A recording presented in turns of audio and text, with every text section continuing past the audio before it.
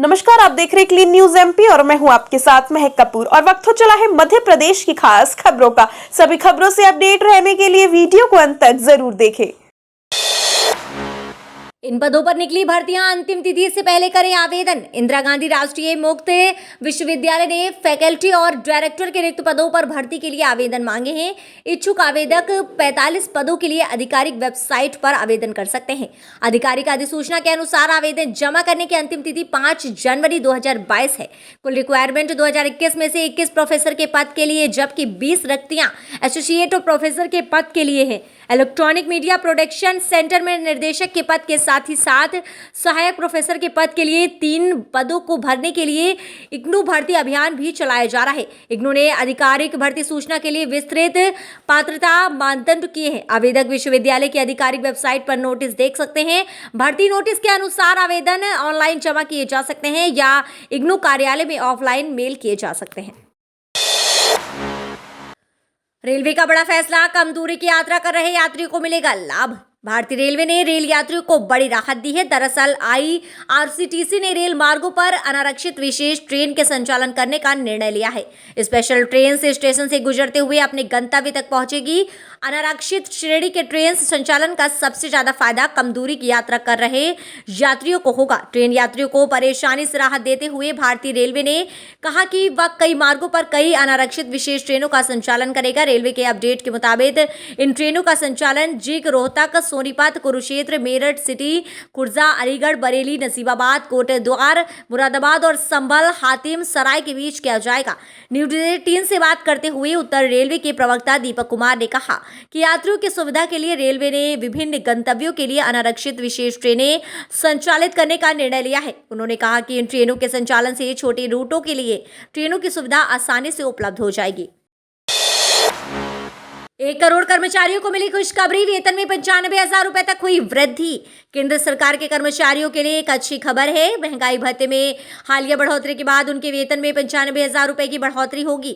1 जुलाई से केंद्र सरकार के कर्मचारियों को महंगाई भत्ते में 28% की बढ़ोतरी मिल रही है और फिर केंद्र ने उनके डीए 28% से बढ़ाकर 31% किया है। एम्प्लॉयज को ध्यान देना चाहिए कि उनका वेतन उनके मूल वेतन और ग्रेड के अनुसार बढ़ता है। अब डीए बढ़ाने के बाद उनकी सैलरी में इजाफा होगा। महंगाई भत्ते और महंगाई राहत में बढ़ोतरी 47.14 लाख केंद्र सरकार के कर्मचारियों और 68.62 लाख पेंशन भोगियों के लिए फायदेमंद साबित होगा। बढ़ोतरी के बाद वे बढ़ा हुआ सालाना वेतन पैकेज घर ला जा सकेंगे।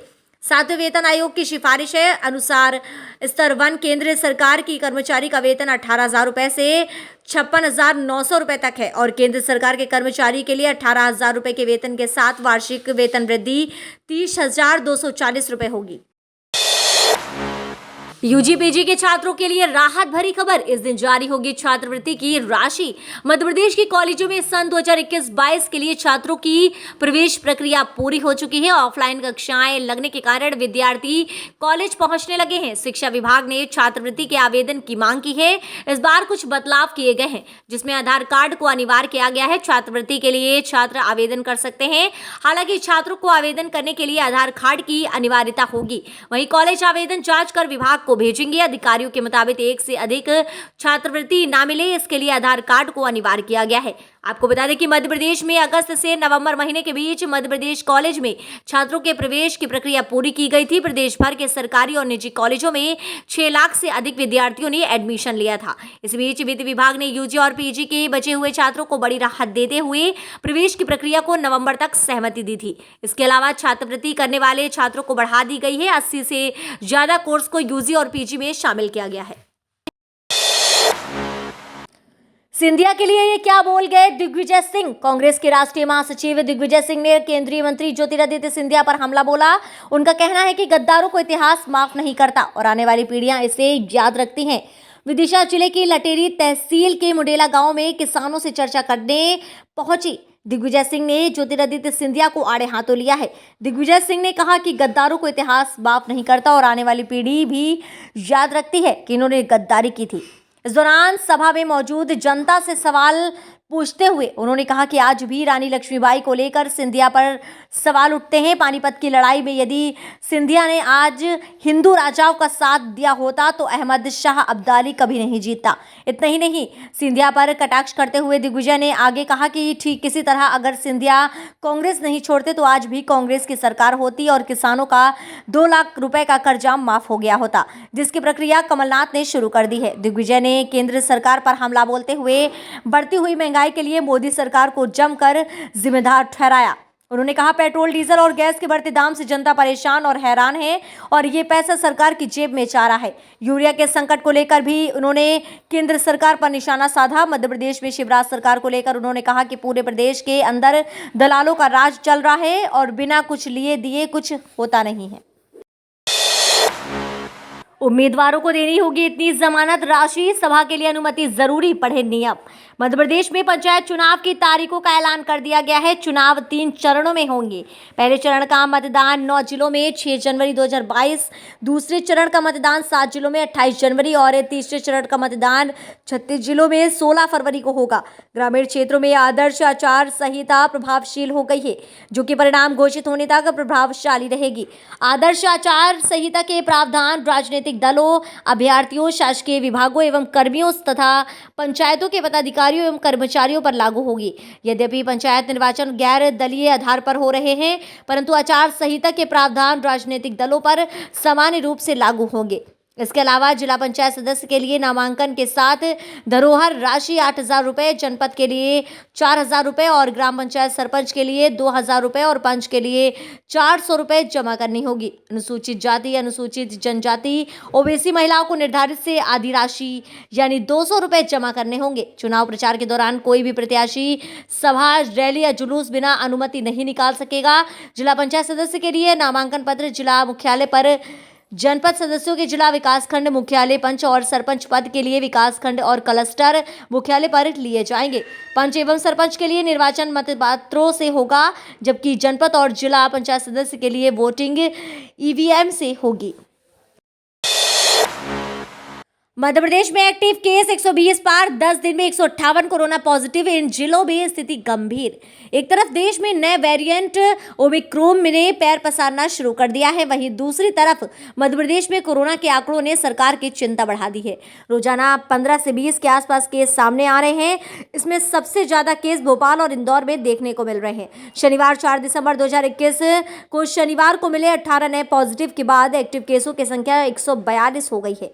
नवंबर दिसंबर के आंकड़ों के पर गौर करें तो 10 दिन में 158 कोरोना पॉजिटिव मिले हैं। हालांकि इसके बाद मध्य प्रदेश सरकार ने सख्ती करना शुरू कर दिया है और जांचें भी बढ़ाई गई हैं। स्वास्थ्य विभाग की रिपोर्ट के अनुसार मध्य प्रदेश में 24 घंटे में 18 पॉजिटिव मिले हैं। इसमें सबसे ज्यादा भोपाल में 8, इंदौर में 6, ग्वालियर और जबलपुर में 2-2 संक्रमित मिले हैं। 2 हफ्ते में भोपाल में 110 और इंदौर में 85 संक्रमित मिले हैं। भोपाल में अब तक पॉजिटिव मिले मरीजों की संख्या 1,23,732 हो गई है। इनमें से 1,22,657 स्वस्थ हो चुके हैं।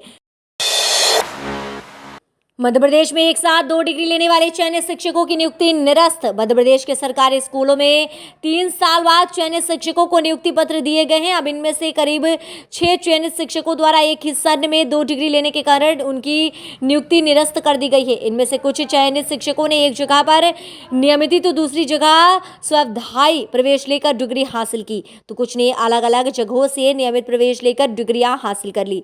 दस्तावेजों की जाँच में यह खुलासा हुआ कि करीब 6 शिक्षकों के पास एक सन में 2 डिग्रियां हैं। स्कूल शिक्षा विभाग ने शिक्षक भर्ती प्रक्रिया में दस्तावेज सत्यापन के दौरान ठीक से दस्तावेजों की जांच नहीं की।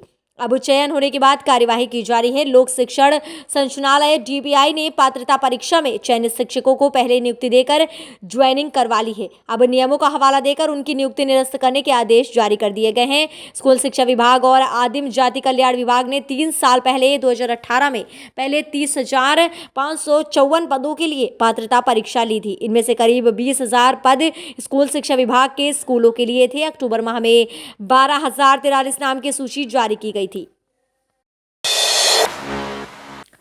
जबलपुर में बादल हटे तो दिन का बढ़ा, रात का घटा पारा। पश्चिमी विक्षोभ के असर खत्म होते ही मौसम पूरी तरह से साफ हो गया है। रविवार को सुबह से धुंध और कोहरा छाया रहा, लेकिन सूरज परवान चढ़ा तो आसमान भी पूरी तरह से साफ नजर आने लगा। बादल हटने के बाद भी वातावरण में ठंड का एहसास बना रहा। सूरज की गुनगुनी धूप लोगों को भाती रही। मौसम विभाग की माने तो बंगाल की खाड़ी में एक अन्य चक्रवात बना रहा। इसके असर से आने वाले 2-3 दिनों में एक बार फिर हल्के बादल छा सकते हैं। फिलहाल बादल हटने के बाद दिन का अधिकतम तापमान बढ़ा रहा, जबकि रात में मामूली गिरावट रही। बढ़ेगी सदीगत। शुक्रवार को दोपहर बाद रुक रुक कर हुई बूंदाबांदी के कारण ठंड का एहसास बढ़ा रहा। अब मौसम साफ हुआ तो ठंड का असर भी धीरे धीरे बढ़ने लगा है। 3 से 4 किलोमीटर प्रति घंटे से बह रही उत्तर पूर्वी हवा के कारण वातावरण में ठंडक घुलने लगी है।